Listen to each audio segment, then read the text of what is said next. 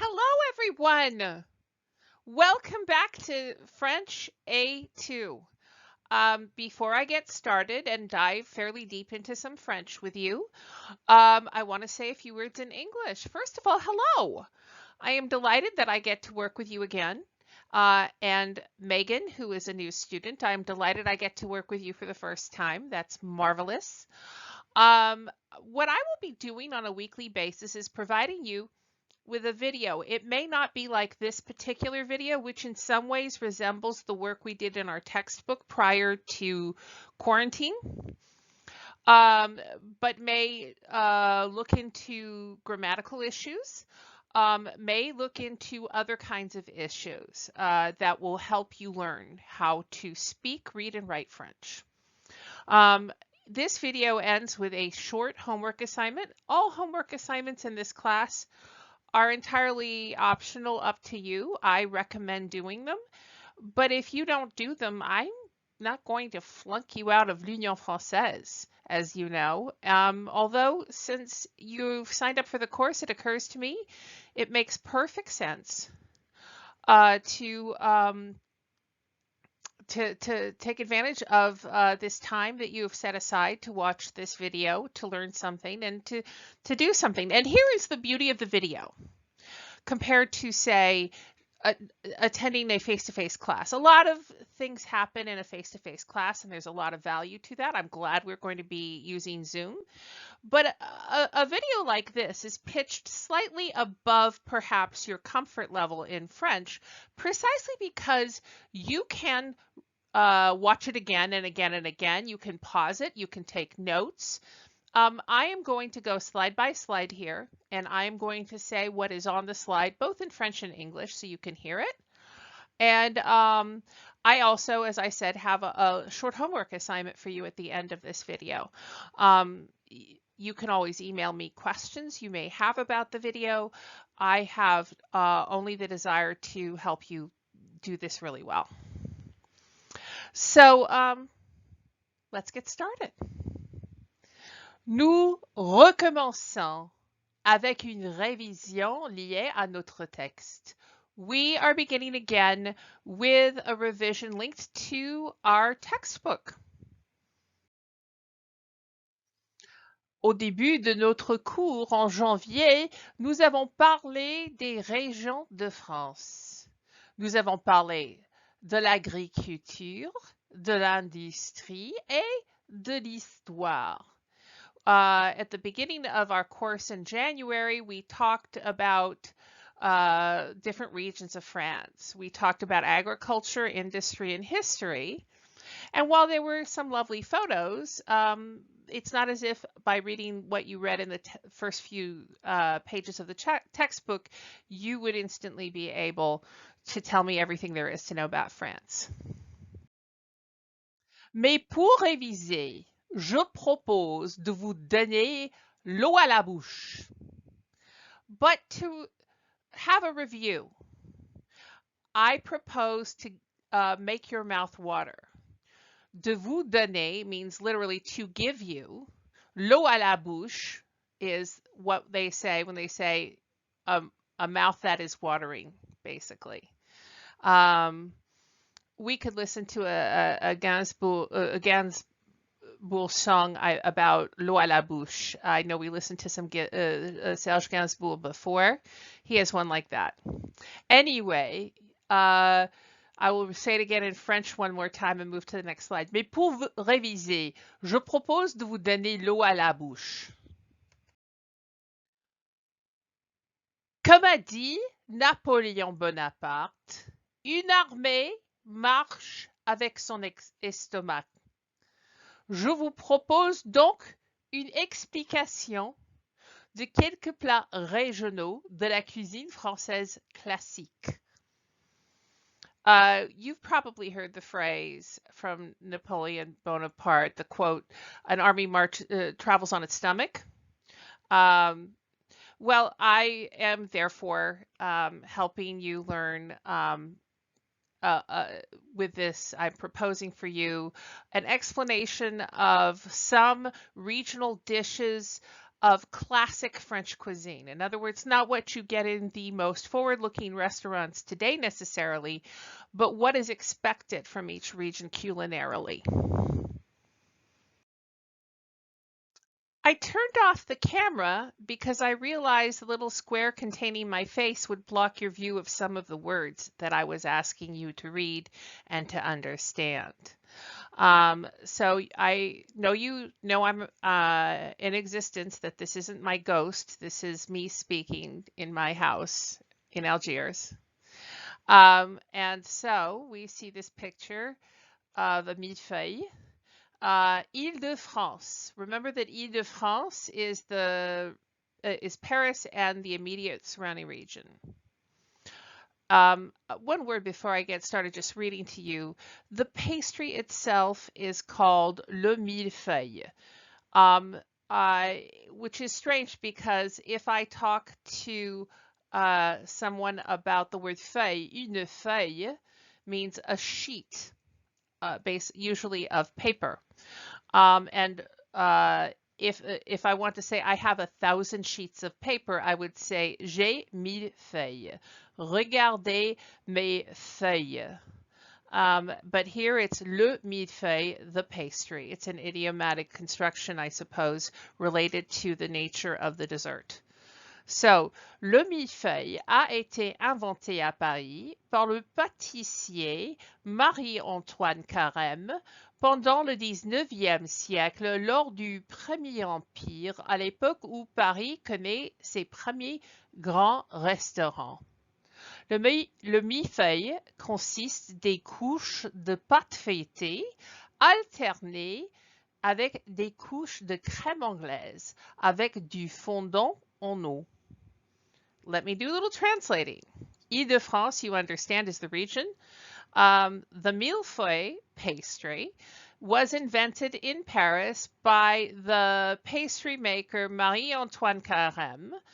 Marie is sometimes used as a man's name, like there was a famous, really not a guy I liked, Jean-Marie Le Pen, who was for years the head of a political party, but he had the name Marie in his name. Marie-Antoine was a man.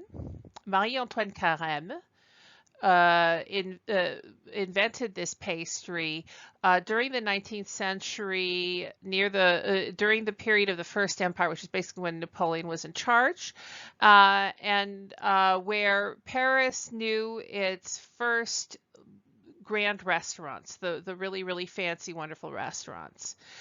And then I say millefeuille the millefeuille pastry, I would say probably in English, millefeuille pastries consist of layers of puff pastry alternated with layers of custard called crème anglaise with a kind of fondant icing on the top.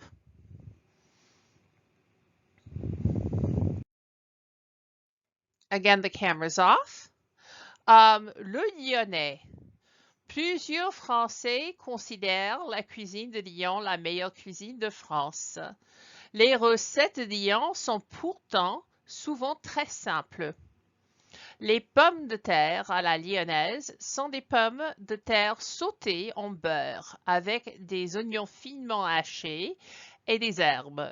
Si l'on dit qu'un plat est cuisiné à la lyonnaise, ceci veut dire qu'il est préparé avec des oignons. Translation: the Lyonnais region. Some French people consider the cuisine of Lyon to be the best French cuisine. The recipes of Lyon are nevertheless often very simple. Lyonnaise potatoes are potatoes sautéed in butter with finely chopped onions and herbs. And if one says that a dish is cooked à la lyonnaise, this means simply that there are onions in it. All right, before I go on to the French, allow me to explain that I have fixed a problem that I saw and mentioned in an earlier slide on the recording. I have put my face on the screen in a place which will not prohibit you by its presence from reading the full text I put in these slides. So onto the French. Alsace. La cuisine alsacienne est profondément influencée par la cuisine allemande en raison de sa proximité avec l'Allemagne et plusieurs invasions allemandes à travers l'histoire. La choucroute garnie est un plat comprenant un léger décapage de choux finement cuit avec une variété de coupes de viande et de vin blanc sec avec des baies de genièvre. Grâce à la variété des saucisses et des jambons utilisés pour la choucroute garnie, il n'y a pas de recette fixe pour ce plat traditionnel. Il est souvent servi avec des pommes de terre tournées, comme nous pouvons voir ici. All right, in English. Alsace, I think you understand. La cuisine alsacienne, Alsatian cuisine, is deeply influenced by German cuisine because it's very close to the German border, and the Germans have invaded multiple times throughout history. La choucroute garnie is probably not something you would just translate as sauerkraut. If I really want to say I'm doing an Alsatian sauerkraut, I could say that. But I might just say in English, la choucroute garnie is a dish that includes a lightly pickled cabbage that's been finely cut with a variety of cuts of meat and dry white wine with juniper berries. Thanks to the wide variety of sausages and hams and pork products used in a choucroute garnie, there really isn't a fixed traditional recipe. It's more like there's a method. You'll have some sauerkraut, you'll have these different kinds of meat, you'll add the juniper berries, you'll add the wine. And it is often served with turned potatoes. As you can see them in the picture. Do you see that there are basically to the north, to the south, to the east, and the west, vaguely yellow things that don't look like any vegetable you've ever seen coming out of the ground? Well, those are turned potatoes. That is a very old-fashioned form of cooking. The way one turns a potato is one cuts off either end and one basically makes it like, not quite a globe, but curves it so that it almost feels like, I don't know, the spindle on top of a banister.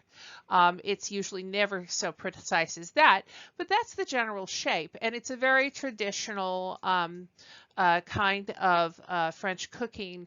There was a time in French cooking that you didn't think you were in a fancy restaurant if your potatoes had not been carved up that way, if they had not been turned that way, as people said. And so a choucroute garnie, which if you think about it is a rather humble dish in the way that it's constructed, would be served with turned potatoes as a way, frankly, to raise the price. La Bretagne.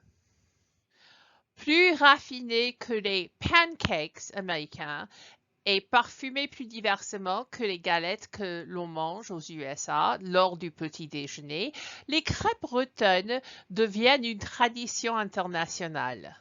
Les Français les mangent sucrées, faites de la farine blanche, mais pour les crêpes salées, elles sont plus souvent fabriquées en France avec une farine de sarrasin.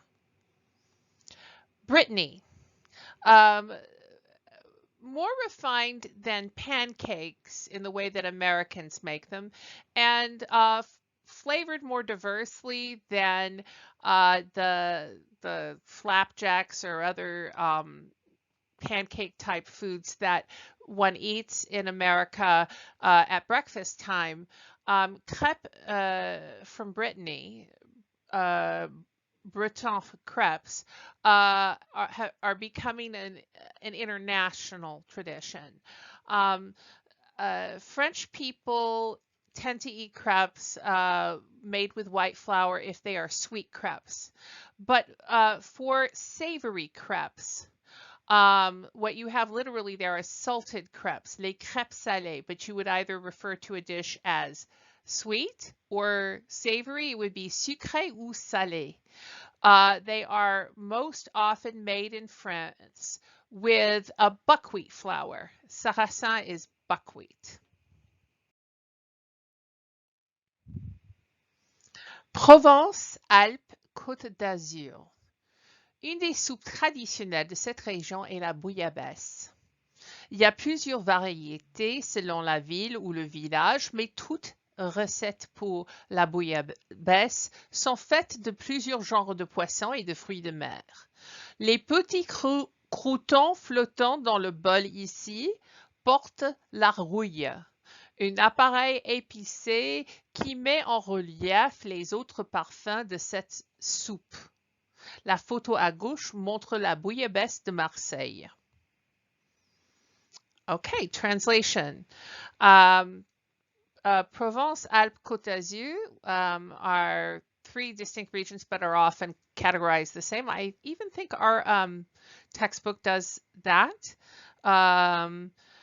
Or maybe they call the Alpes that are in the Côte d'Azur Alpes Maritimes. I'm trying to remember.